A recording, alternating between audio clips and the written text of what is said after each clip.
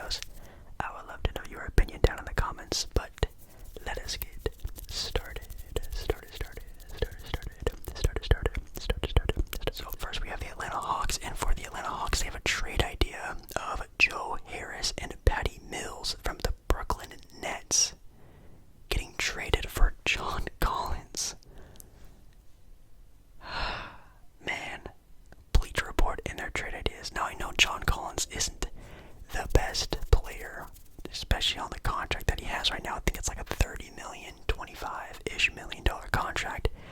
That's some pretty hefty money to a player that, on a team that already has Ben Simmons. I don't know if they want to give a lot of max type money to another player like that who's not that great.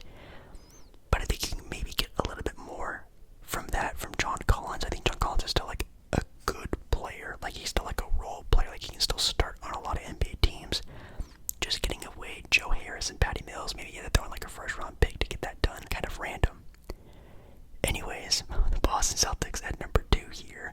Well, number 2, second team, alphabetical order. Boston Celtics getting Kelly Olynyk, which I think Kelly Olynyk, when he was on Boston, was the reason why Kelly Olynyk got like such a huge payday, because he had like a good playoff series, like a couple good games, and he got a major bag, and then was kind of mid the rest of the time. Him getting traded to the Utah Jazz for Peyton Pritchard and Danilo Gallinari. Okay, I did not read any of these when I saw this article. These are all kind of dumb, not gonna lie.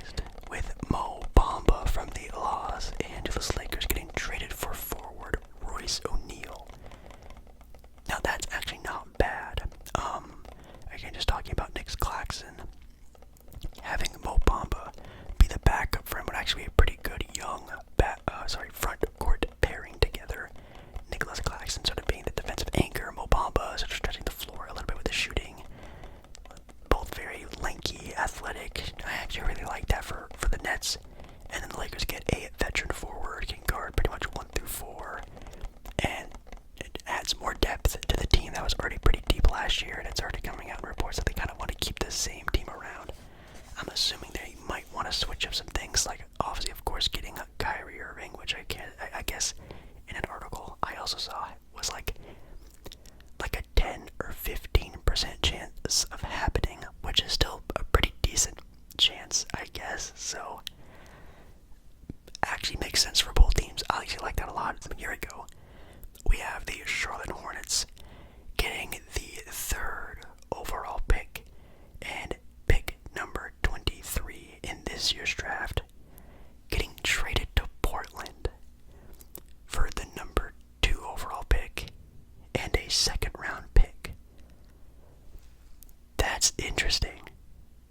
So Portland gets the number 2 pick, and they get to either pick between Scoot Henderson and Brandon Miller, or trade the pick, so the Blazers get a better asset to either trade, or they get the choice of Scoot or Henderson. And then the Charlotte Hornets get an extra first round pick, and then they also just get the lesser of the evils of passing up Scoot or Brandon Miller. Chicago up next with D'Angelo Russell, sign and trade with Mo Bamba, Max Christie, and a first for DeMar DeRozan. Whoa. So you have D'Angelo and Mo Bamba and a first going to Chicago for DeRozan. I am not sure how I feel about that. I think the best thing that the Lakers did this year is add a lot of depth to their team, but also perimeter defense, and that's taken away 2 things there without getting rid of D'Lo and Mo Bamba. Not the best players, but still pretty, they can catch heat every once in a while. And just getting DeMar DeRozan, who's another on-ball player, has to play with the ball in his hand, not really stretching the floor a lot for guys like Anthony Davis or LeBron James. Can't really create a whole lot for for others, and I think that's going to hinder them a lot. So I don't think DeMar, just because he's a big name, is the best move here. I actually don't really like that for the Lakers. For Chicago, you're getting a first for DeMar in a time where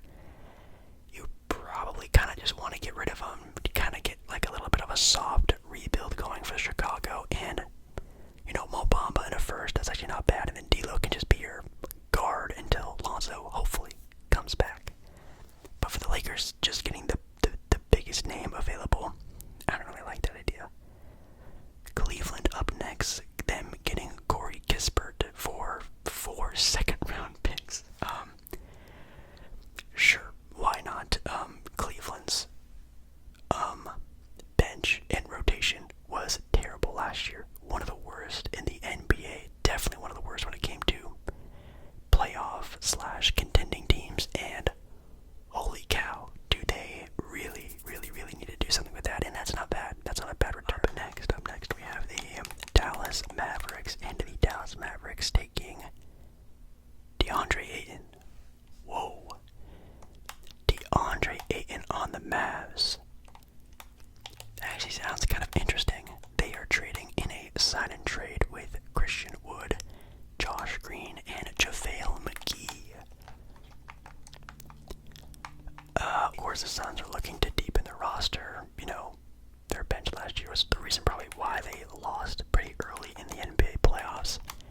Getting Josh Green, okay role player, JaVale McGee, okay role player, and then Christian Wood, who can even start for that team, to be completely honest. For a guy who definitely doesn't want to be there in DeAndre Ayton. And then DeAndre Ayton gets to be on a team with a guy who I'm sure he's close with, since they were in the same draft class with Luka Doncic, and it's a new change of scenery. Luka is a pass-first sort of player. I'm sure he's going to get a lot of buckets, a lot of touches. He's going to get the same love there as well on a young team with not a lot of high expectations. Sort of a nice mental reset for DeAndre Ayton. I kind of like that for both teams. I think if maybe Dallas can throw in like a first-round pick, I think that is kind of a done deal. It wouldn't surprise me. The Detroit Pistons getting Devontae Graham from Marvin Bagley. Sure, I guess Marvin Bagley to the Spurs. I mean, I guess that's not terrible. I mean, I would still obviously start Jeremy Sohan over him, and then obviously that team is 1,000% getting Victor Wembanyama, so not bad, sort of adding to the front court there. And then, you know, the Pistons get a backup point guard and Devontae Graham, and also getting rid of Marvin Bagley, because I know they have a big blockage there in bigs in Detroit, so getting and shutting some off is a good idea. Whatever. Whoa. The Golden State Warriors. The Warriors get OG Anunoby and Thad Young for Jordan Poole, Ryan Rollins, and a first-round pick this year.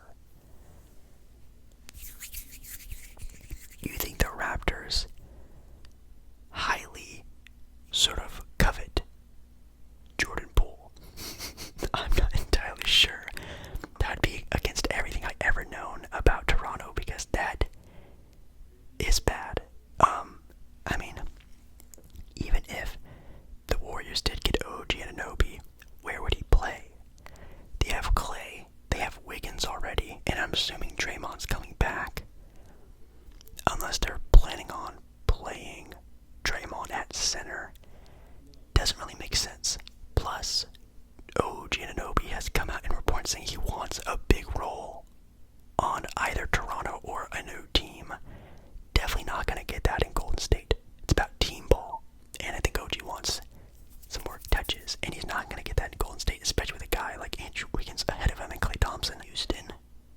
Houston getting Ben Simmons and a first-round pick, and Brooklyn gets a second round pick. So Brooklyn trades Ben Simmons and a first for a second round pick. Indiana Pacers getting DeAndre Ayton, so another DeAndre Ayton trade possibility for Miles Turner, TJ McConnell, and a first and a second round pick. Yeah, if you don't remember, DeAndre Ayton was actually originally signed to a contract with the Indiana Pacers. The Phoenix Suns matched the Indiana Pacers, and he stayed as a Sun. Now he gets traded to the team that he signed his big-time contract with. I actually kind of like this idea as well. LA Clippers get John Collins for Terrence Mann and Marcus Morris Sr. That's actually not a bad actually, I don't know. that's not a bad trade for the Clippers. The Clippers are a team that is one of the deepest in the NBA, but still just don't have enough. And I think getting sort of an X-factor player like John Collins, who can maybe go back to being maybe one of the more up-and-coming power forwards in the NBA, and maybe turn a spark on a new team. Maybe. Atlanta gets off of his large contract. They get Terrence Mann, who's a good young guard, and Marcus Morris Sr. is a good veteran to maybe be around a team that's looking to, do something in the NBA. That's not a bad vet to have. So another trade that, if it does work out, like money-wise, because I know John Collins makes a lot of money. I think that makes sense for both teams. Oh, we have the Lakers now, with the Los Angeles Lakers getting Chris Paul, and the Phoenix Suns getting D'Angelo Russell and Malik Beasley. What? That is a disgusting trade. If I am the Phoenix Suns and the Lakers offer me this, I am pressing the yes button right now. That is, you're getting, not the greatest point guard in D'Angelo Russell, but you're getting also Malik Beasley, who is like a six-man type of player who can be the first guy off the bench, maybe even a starter for some NBA teams, for a aging, rusty Chris Paul, who's going to be another year older.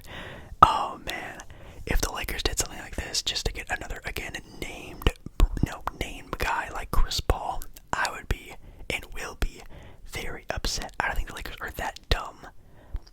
But wow, that would just be stacking the Suns with a great off-the-bench player and a firepower guy like Malik Beasley with D'Lo, who's, also very wishy-washy, but not too shabby. And then getting rid of Chris Paul's a huge contract. That is a win-win for the Phoenix Suns.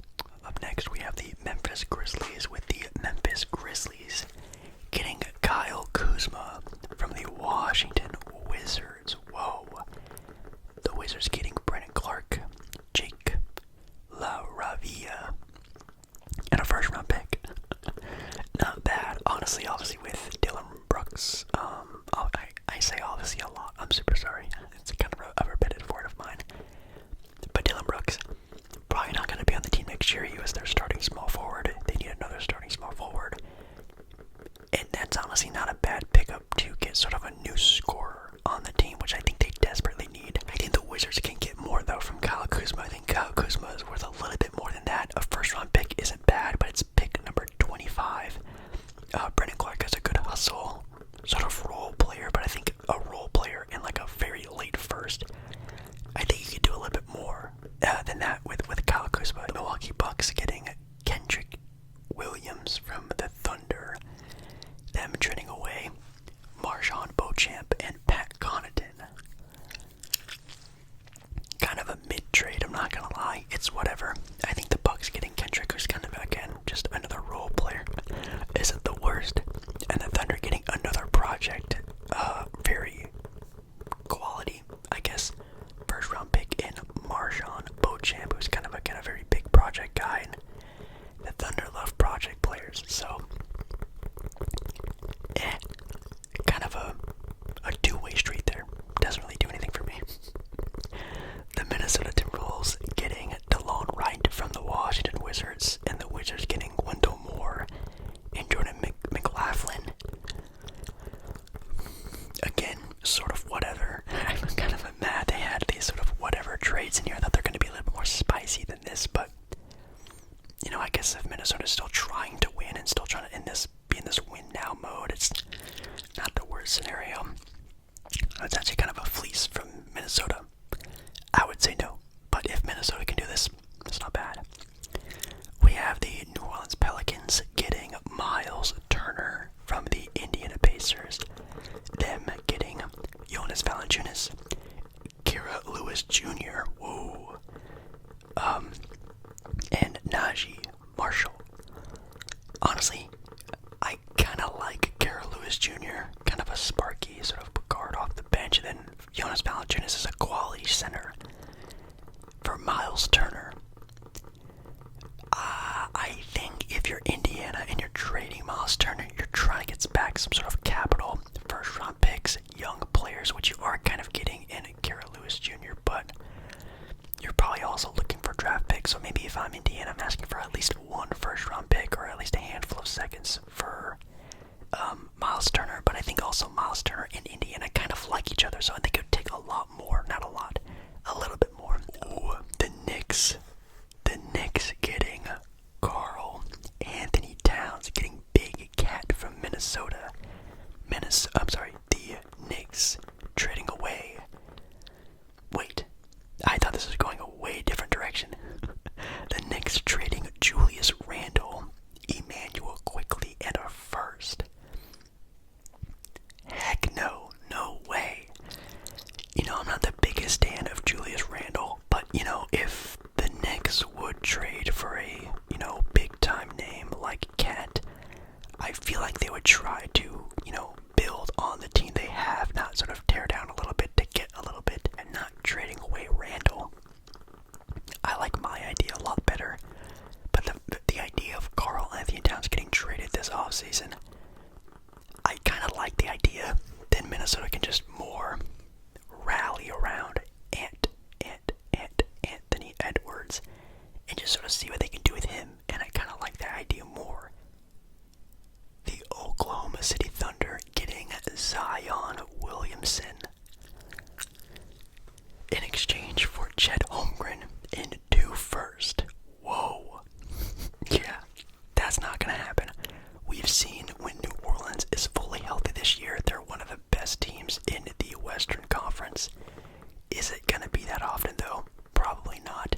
But trading Zion for a player who's already known as an injury-prone player before he's even played an NBA game, don't really think that's really worth the risk. The 2 first-round picks are kind of nice, though, but I mean, that Pelicans team, Ingram, CJ, Valanciunas, they kind of have like a win-now window, and when Zion's healthy, that team is, again, one of the best in the West. We have the Orlando Magic getting Zach LaVine, whoa, in exchange for Jalen Suggs, Gary Harris, Jonathan Isaac, and 2 first-round picks. You know what? Honestly, if they did some sort of DeMar DeRozan trade, I think they should probably also trade Zach LaVine, just in my opinion. And getting the 11th pick in Jalen Suggs is not bad at all. Then you're also getting a defender in Jonathan Isaac and another first on top of that. If I'm Chicago and I'm already trading away DeMar, I'm doing this trade as well. This actually isn't bad. And then Orlando gets sort of a firepower, starter to sort of catapult this team from being a good, bad team to a play-in team, somewhere ending around 10-8, 10-7. I can see that happening with him and Paolo Banchero. I kind of like that. We have the Philadelphia 76ers getting Eric Gordon, Marcus Morris, and a second for Tobias Harris. Sixers getting off Tobias Harris's big contract, getting back a role player, well, I guess 2 role players, and Eric Gordon and Marcus Morris. Kind of whatever. I like Tobias Harris as sort of a locker room guy. I saw Matisse Thybulle's behind the scenes vlogs of the 2020 bubble they had in the NBA. And honestly, with a team that had a good, once he was good, Ben Simmons, obviously Joel Embiid, as the head guys, weren't really the local leaders. It was really Tobias Harris and also Al Horford who were the voices of that team in the locker room. And so I really respected him to be that sort of guy. We have a Phoenix Suns trade of Clint Capella, them getting Clint Capella and Bogdan Bogdanovic for DeAndre Ayton and Landry Shamet. I mean, that is an upgrade, I would say, for the Phoenix Suns, especially with Bogdan Bogdanovic, who is, again, sort of a feisty, 6-man, fiery guy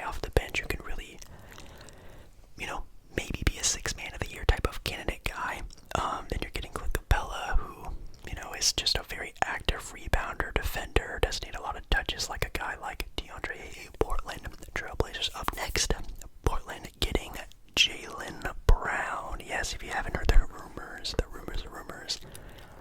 Apparently Jaylen Brown, kind of close with Dame. Really likes Dame. Also likes Jeremy Grant. Jeremy Grant is on Portland. There could be some ties of, who knows, maybe Jaylen Brown winking, hinting, hey Boston, this has been fun, but you know what else would be fun? Doing something a little bit different, and maybe he asks, or maybe he gets, points the direction of Boston to trade him to Portland. It's a big hypothetical, but it could happen. Boston gets Anthony Simons, Nazir Little, and the number 3 pick. But I think this is more of a take a step back to take 2 steps forward sort of ordeal. Like, it's a good trade for both sides. Portland gets a second star. Jaylen Brown was an All-NBA second team guy. He's never played with anyone like that since LaMarcus Aldridge. The Kings get Reggie Bullock for Rashard Holmes. I guess, sure. It's a very linear veteran for veteran trade. Why not? The Spurs get Killian Hayes, and Detroit gets Devontae Graham. I guess the Spurs taking, sort of the risk of getting Killian Hayes, who has shown promise sometimes, but still is kind of known as a bust. But I still think you can probably get a little bit more for Killian Hayes than just Devontae Graham. I think you could probably get like a first or maybe a couple seconds for him. But that's an okay trade for a young guy going to a new young team who's sort of on the up and up with the Spurs. We have the Toronto Raptors getting Bradley Beal for OG Anunoby and Gary Trent Jr. I kind of like that. You get kind of a new little duo with Bradley Beal and Pascal Siakam in Toronto. You sign back Jakob Poeltl, maybe you even sign back Fred VanVleet. You're kind of looking like a little bit of a playoff contender then.